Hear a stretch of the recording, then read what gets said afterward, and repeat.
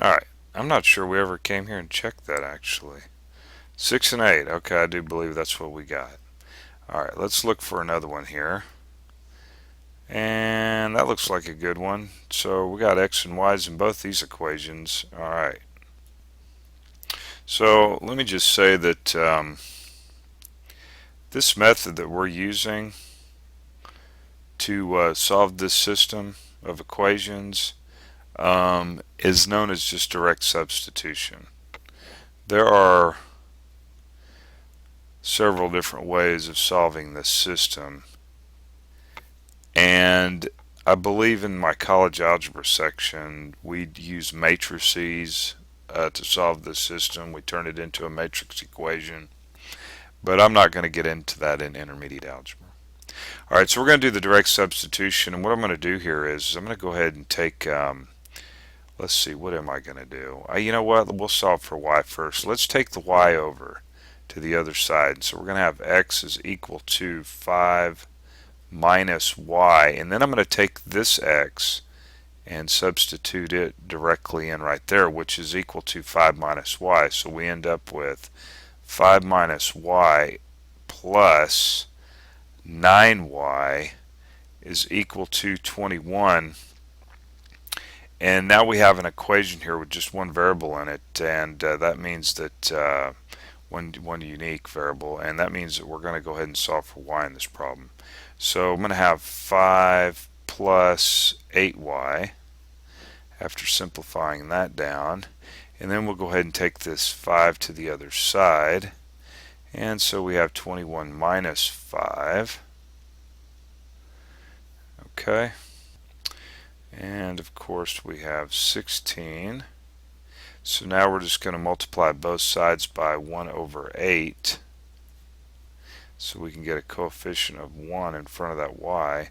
And so 8 goes into 16 two times. So we now have both of our solutions. Oh no, we just have y. That's right.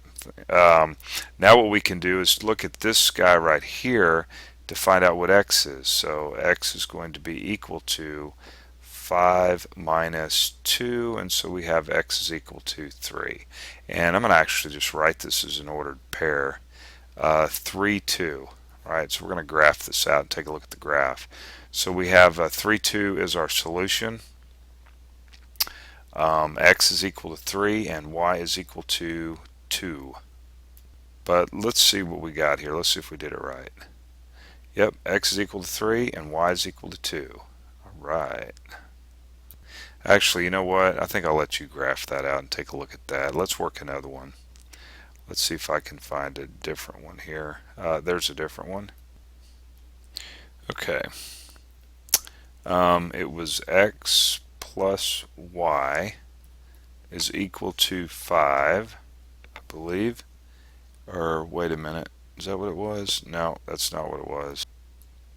Alright, let me rewrite this again. I was looking at something else in my notes. X minus y is equal to 2, and x plus y is equal to 12. So I'm going to go ahead and solve for, what am I going to solve for here? I just solved for x in this problem. So x is equal to, in that first equation, 2 plus y. And then I'm going to take that and plug it in right there. So we're going to have 2 plus y, and then plus, and that would be this y here, is equal to 12. So we end up with 2 plus, and there's 2 y's here, so that'd be 2y is equal to 12 after simplifying that down. 2y is equal to, let's bring that 2 to the other side over here, so this becomes 12 minus 2.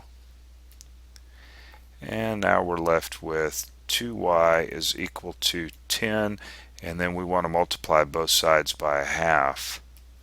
And so we end up with y is equal to 5. So we know what y is. I'm going to look at this guy right here, because now we're going to be able to find out what x is going to be, and y is 5. So we have x is equal to 7. So we're going to have our ordered pair, if you want to write it like this, 7, 5, right?